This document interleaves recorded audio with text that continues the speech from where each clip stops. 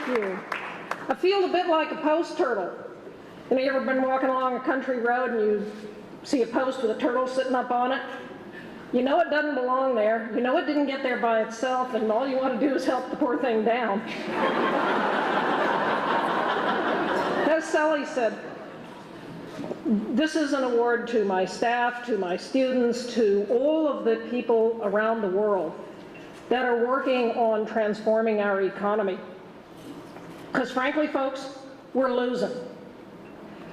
Global Biodiversity Outlook 3, science from the Smithsonian, Dr. Tom Lovejoy, a lot of scientists. We're losing every major ecosystem on the planet.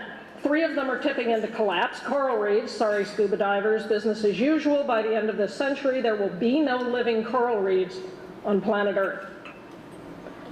The Amazon. We're losing the Amazon, it's the Earth's lungs. The oceans are acidifying because of the carbon dioxide that, where does it go? All this CO2 we're emitting, well, it goes into the oceans.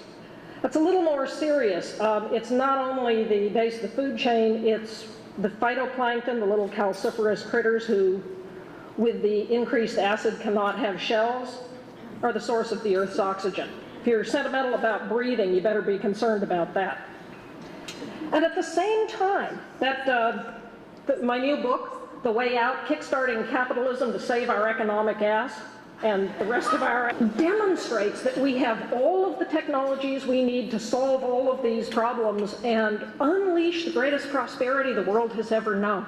There is a really solid business case for everything that we care about. And we ought not anymore think of ourselves as begging, or that this is really a moral crusade. You know, Sally notwithstanding, who does tremendous work. This isn't just about God. This is about the economy. It's the economy, stupid. This is about how do we drive prosperity. Y'all like the recession?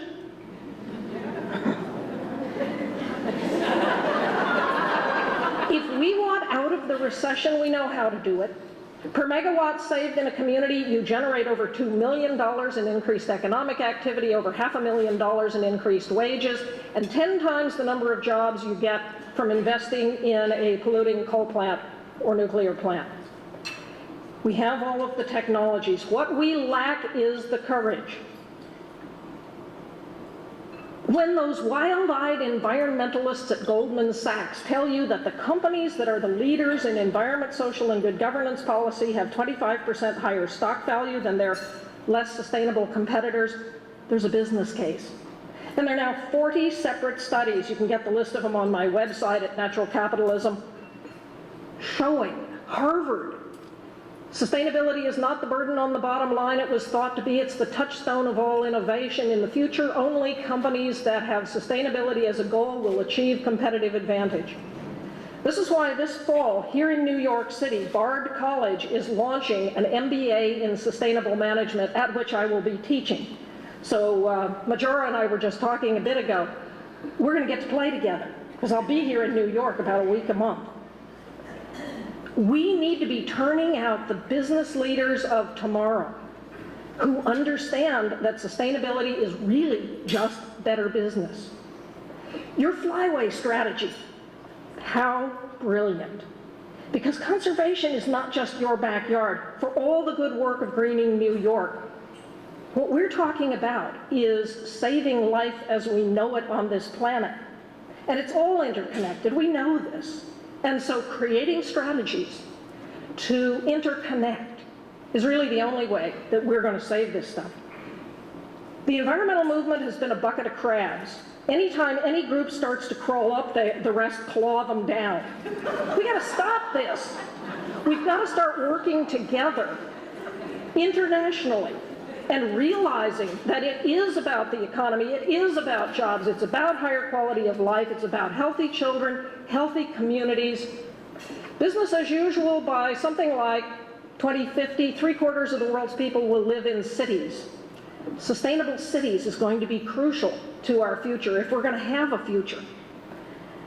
What we're talking about is transforming the entire economy. And I was honored a couple months ago to get a letter from the president of Bhutan asking if I'd come here to New York to the UN with 600 other leaders from around the world to talk about building a new economic paradigm to replace gross national product with Bhutan's concept of gross national happiness.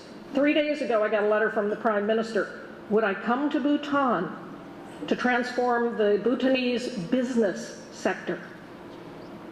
So now I got to figure out if I have 2 to 3 months to go spend time in Bhutan. At the same time, I'm launching a new MBA program. At the same time, that time is so short.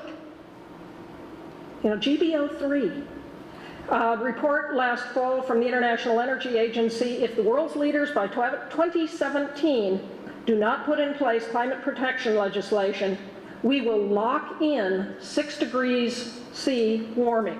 We've already locked in 2 degrees C, which is what's giving us the tornadoes and the droughts. There are now millions of people in the Horn of Africa facing starvation as we sit here and enjoy this lunch. Now me, I'm glad I'm here and not there, but the people in this room, the women in this room, and the men, but particularly the women, have in your hands the power, the ability, the voice to transform our economy. Do you have the courage? Thanks.